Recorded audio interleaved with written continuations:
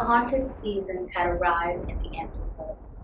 The sky grayed, the leaves blushed red, and mist coiled through the trees like something alive. Even the pumpkins began to rot and show their true faces. I am Miss Kelly, the teen programmer at the Hammond Branch Library, and today we will be talking about scary stories and ambiance. Well, I will be telling you a bit of a scary story and telling you how I create ambiance. So maybe you can do this on your own. So it's that time of year, obviously. Halloween is around the corner, and I want you to have as much fun with it as I do.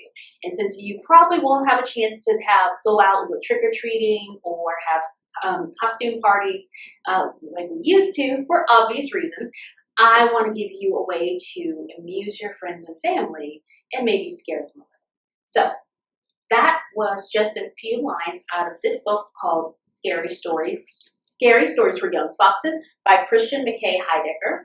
And we're going to read a little more, but I want you to pay attention to the way he uses language to create scenes, but also how I'm going to encourage you later. For instance, you may notice here, I have my lovely little lanterns. This one actually has little foxes on it, because you can't have scary stories for young foxes without foxes. And you'll notice there are 7 for a reason, and this one, well, this is just fun and colorful. But the importance of these is when you're creating ambience for your story, you want to have the perfect lighting. If the room is too bright, you feel safe. Everyone feels safe. You know exactly what's going on. But if you have a little uncertainty, for instance, you decide to turn the lights off and cover all the windows, make sure all the phones are hidden, and then you start, well, you don't know what's going to happen. It also helps if you start to tell the story someplace that you're not familiar with. Maybe you like having fun in your living room, but maybe for this story, you tell it in the backyard, or in the car, or under the bed.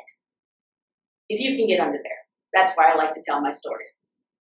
So, let's see, keeping that in mind, whether this feels a little spooky for you, okay?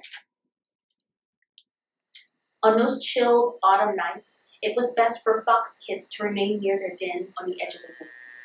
There they could feast on apples that tumbled from high branches.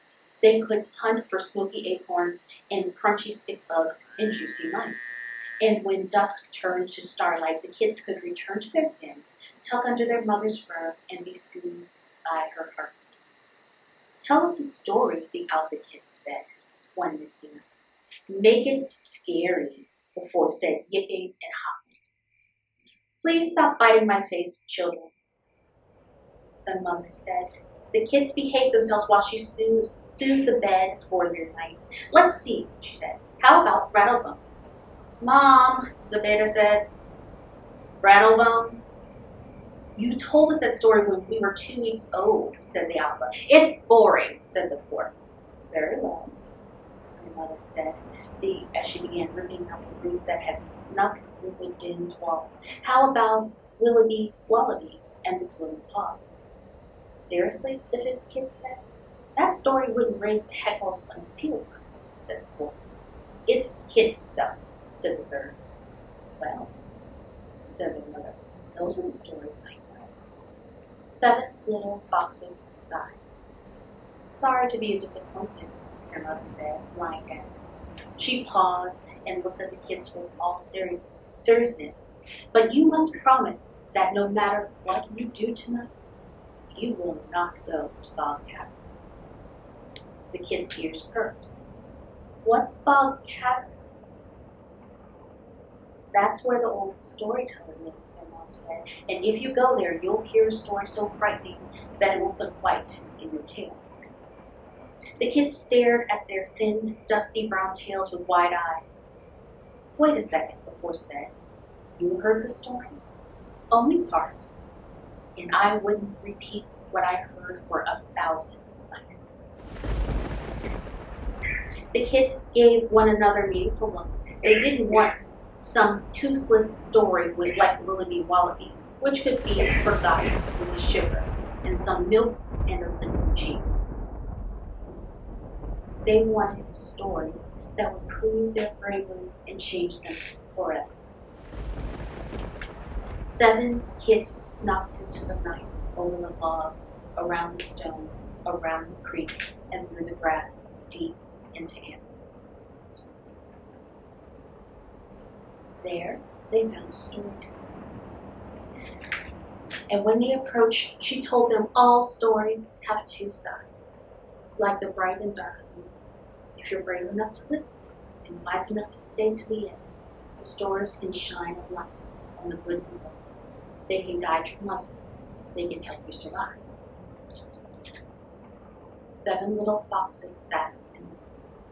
Our story begins, the storyteller said, in the evening light. So, what we have here is the element of it being fall and cool when we have our longer nights.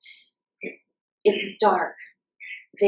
Especially if you find that you're living without a lot of street lights, or if you turn all the lights off, you don't know what's going to happen, that uncertainty.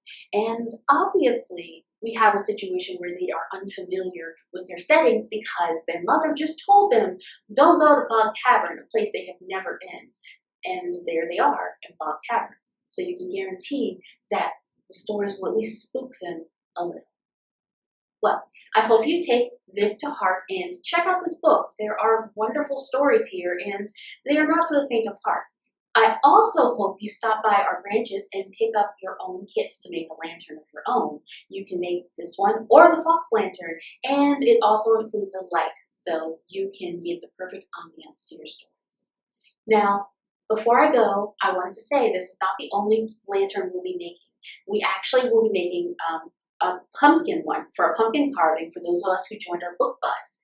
That will be on October 12th. If you find you missed our book buzz, which is our teen book club and activities program, it is all virtual, then you make sure to keep an eye out for sign up for next month because we hope to do this all year long. All right, thank you for joining me, and I hope to see you for another story. Bye.